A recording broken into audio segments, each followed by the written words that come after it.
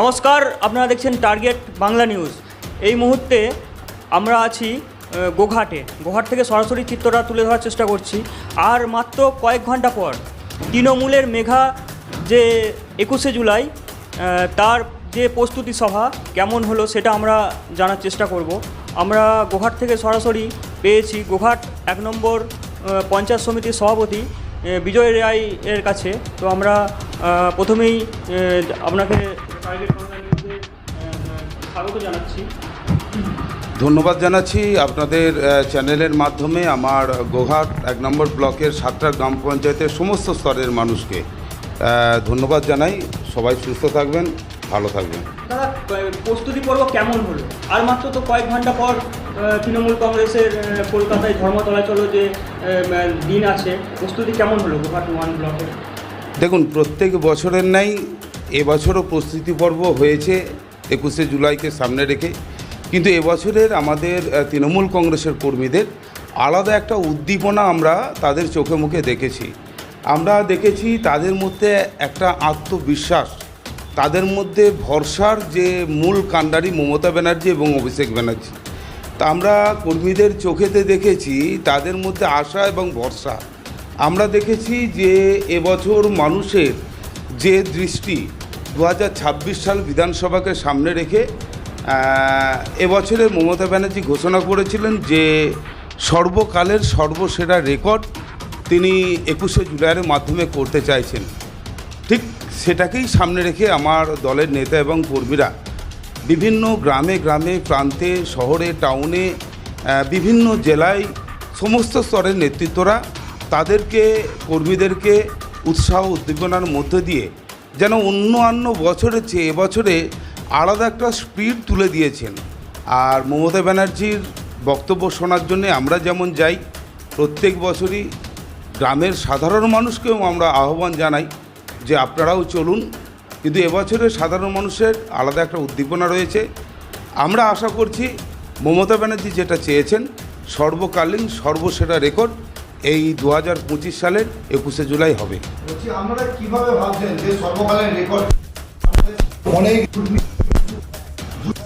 ভাবছেন যে এই ভিড় হবে?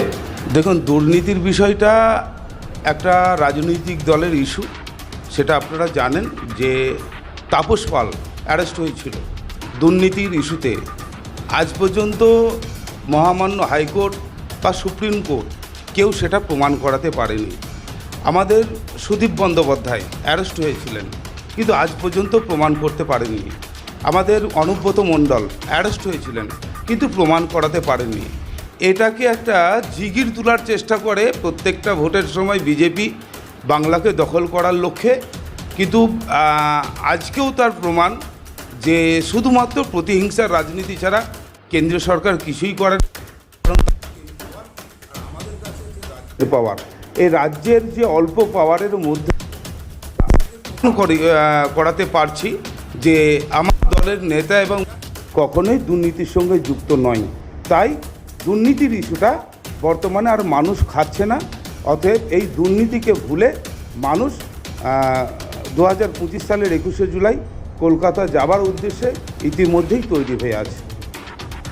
এই যে 21শে জুলাই গ্রহণ করা হলো, এটা তো অ্যাকচুয়ালি ছিল যুব কংগ্রেস অর্থাৎ জাতীয় কংগ্রেসের তৃণমূল কংগ্রেসকে হাইজ্যাক করে নিল। দেখুন, এটা আমরা বিভিন্ন প্রচার প্রোগ্রামে বলি,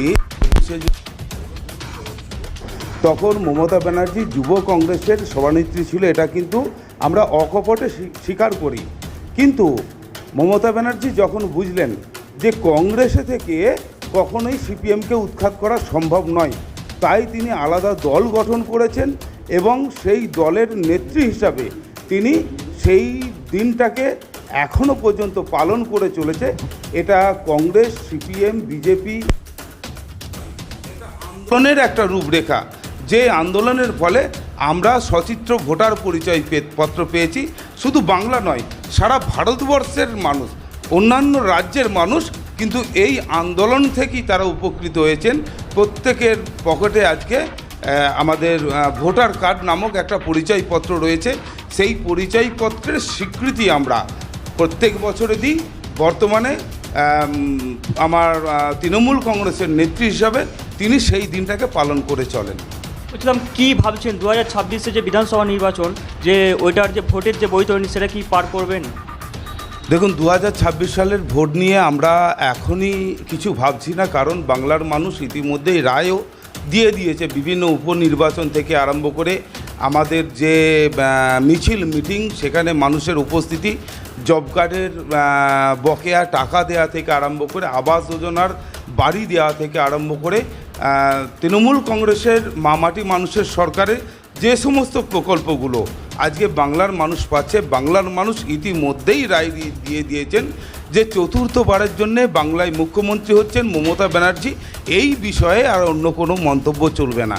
আমরা শুধু গতবারের যে আমরা সিট পেয়েছিলাম, আমরা এই সিটটাকে সামনে রেখেই আরও বেশি সিটের লক্ষ্যে আমরা এগিয়ে চলেছি। মমতা ব্যানার্জি যে টার্গেট আমাদেরকে দিয়েছেন 250টা ভোট, 250টা সিটে আমরা চতুর্থবারের জন্য বাংলায় ক্ষমতায় আসব, সেই লক্ষ্যে আমরা আগাচ্ছি।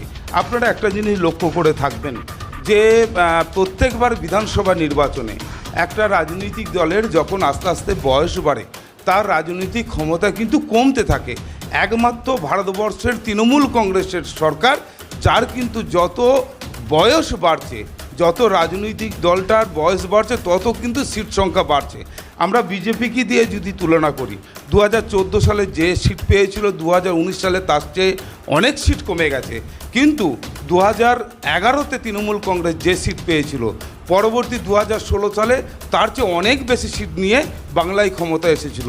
2021-এ তার চেয়েও অনেক বেশি সিট নিয়ে বাংলায় ক্ষমতা এসেছিল।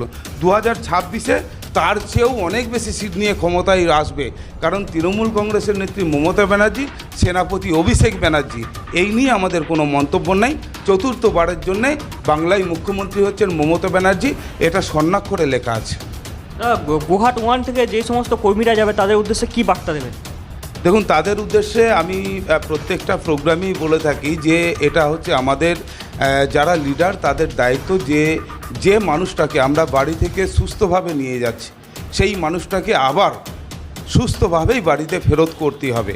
কারণ গ্রামের মানুষ কলকাতায় গিয়ে অনেক তৃণমূল কংগ্রেসের কর্মী মিসিং হয়ে যায়, তাদেরকে খুঁজতে গিয়ে অনেকটা সময় অতিবাহিত হয়ে যায়। তাই আমরা প্রত্যেকটা গাড়িতে একটা করে লিডারকে দেব, এবং সেই গাড়িতে যতগুলো মানুষ থাকবেন, যতগুলো দলীয় কর্মী থাকবেন, তাদের ফোন নাম্বার সংগ্রহ করে তাদের সঙ্গে সব সময়ের একটা যোগাযোগ ব্যবস্থা। কোনো মানুষ যদি হারিয়ে যায়, মিস হয়ে যায়, সঙ্গে সঙ্গে আমাদের কলকাতা পুলিশের সাহায্য নিয়ে যেন তাকে সঙ্গে সঙ্গে রিকভারি করে আমরা যে মানুষটাকে সুস্থভাবে গাড়িতে তুলে কলকাতার উদ্দেশ্যে নিয়ে যাচ্ছি, সেই মানুষটাকে আবার সুস্থভাবে বাড়িতে ফেরত করে দেওয়ার দায়িত্ব কিন্তু আমাদের সেই অঞ্চলের, সেই বুথের, সেই গাড়ির লিডারকে নিতে হবে। এবং আমরা চাইব সুস্থভাবে যাবেন এবং সুস্থভাবে ফেরত আসবেন, এই বার্তাই আমরা দিতে চাই। আপনারা 21শে জুলাই যে কর্মসূচি আবার বলে বলেন যে তৎকালীন মুখ্যমন্ত্রী জ্যোতি বসু এবং পুলিশ মন্ত্রী বুদ্ধদেব ভট্টাচার্য তাদের অনুপ্রেরণাতেই নাকি এরকম গুলি চলেছিল। এবং এখানে আমাদেরকে আমি একটা কথা বলি যে সেই সময় কিন্তু যিনি পুলিশ কর্তা ছিলেন, যার নির্দেশেই হয়তো এই কাণ্ডটা ঘটে থাকতে পারে বলে মনে করা হতে পারে, তো তাকেই তো আমরা পরবর্তীকালে মন্ত্রী বানিয়ে দিলেন। দেখুন, এখানে একটা বিষয় হচ্ছে যে স্টিয়ারিংটা কে চালায়, ড্রাইভার চালায়। তো দেশের যিনি বা রাজ্যের যিনি মুখ্যমন্ত্রী বা প্রশাসনিক কর্তা, তার উপরেই কিন্তু এই বার্তাটা যায়, এই ড্রাইভার তাকেই নিতে হবে। এইভাবেই কিন্তু আমরা চলে এসেছি, কারণ দল বিভিন্ন সময় বড় হয়েছে। কোনো সিপিএমের বিশিষ্ট ব্যক্তিত্ব, যার প্রভাব রয়েছে, তাকে আমাদের দল গ্রহণ করেছে এবং পরবর্তীতে নেতা করেছে, মন্ত্রী করেছে। বিষয়টা কিন্তু এটা নয়, বিষয়টা হচ্ছে স্টিয়ারিংটা কে চালাচ্ছিলেন। আমরা গাড়ি অ্যাক্সিডেন্ট হলে যেমন খালাসির দোষ দিই না, প্যাসেঞ্জারের দোষ দিই না, সবসময় দোষটা থাকে ড্রাইভারের ওপর, কারণ ড্রাইভার স্টিয়ারিং ধরে গাড়িটাকে নিয়ে যাচ্ছিলেন। তাই সেই সময়ের রাজ্যের যিনি স্টিয়ারিং ধরেছিলেন জ্যোতি বসু, বুদ্ধদেব ভট্টাচার্য, তাই ড্রাইভার ওনাদেরকে নিতে হবে। সেইটাকে লক্ষ্য রেখেই আমরা আজ পর্যন্ত এই ড্রাইভার বুদ্ধদেব ভট্টাচার্য এবং জ্যোতি বসুর ওপরই দিয়ে এসেছি এবং পরবর্তী প্রজন্ম এই দায়ভার ওনাদেরকে দিয়ে যাবেন, এটাই হচ্ছে নিয়ম। আচ্ছা, আমাদের কি বার্তা শোনার জন্য অধীর আগ্রহে অপেক্ষা করছে? দেখুন, মমতা ব্যানার্জি এবং অভিষেক ব্যানার্জি হচ্ছে তৃণমূল কংগ্রেসের একটা এনার্জি। আমরা প্রত্যেক বছরই যাই, ওনার সরাসরি বার্তা শুনি এবং উনি যে বার্তা দেন, আমাদের রিচার্জের একটা যোগান উনি দেন, যে আমরা পরবর্তী একটা বছর কিভাবে চলবো, সেই বার্তা কিন্তু উনি দেন প্রত্যেক বছরই। এবং এই বছরের যে ঐতিহাসিক ভিড় আমরা দেখেছি, যে প্রধানমন্ত্রী এসেছিলেন কদিন আগে দুর্গাপুরে, বিহার থেকে ভাড়া করে লোক আনতে হয়েছিল, উড়িষ্যা থেকে ভাড়া করে লোক আনতে হয়েছিল, মহারাষ্ট্র থেকে ভাড়া করে লোক আনতে হয়েছিল এবং তাদেরকে চুক্তি করে আনা হয়েছিল যে ক্যান্ডিডেট পিছু 300 টাকা করে দেওয়া হবে। কিন্তু বর্তমানে আমরা দেখলাম তাদেরকে 200 টাকা করে দেওয়ার ফলে তারা কিন্তু চেয়ার ছোঁড়াছুড়ি পর্যন্ত আরম্ভ করেছিলেন। এই খবর কিন্তু আপনাদের মাধ্যমেই আমরা শুনেছি। অতএব বাংলায় যে মানুষগুলোকে আমরা নিয়ে যাই, মমতা ব্যানার্জির ডাকে নিয়ে যাই, এখানে কিন্তু কোনো বিহার থেকে ভাড়া করে আনা হয় না, উড়িষ্যা থেকে ভাড়া করে আনা হয় না, মহারাষ্ট্র থেকে ভাড়া করে আনা হয় না। টোটালটাই হচ্ছে বাংলার সাধারণ খেটে খাওয়া মানুষ এবং তৃণমূল কংগ্রেসের সমর্থক। তাই এবছরের যে ঐতিহাসিক ভিড় সরজমিনে চোখে দেখার জন্যে কিন্তু কাতারে কাতারে মানুষ যাবে, এটা কিন্তু একবারে শনাক্ত করে লেখা আছে। এবছরের যে ভিড়, এই ভিড় সর্বকালীন সর্বসেরা রেকর্ডকে ছাপিয়ে যাবে।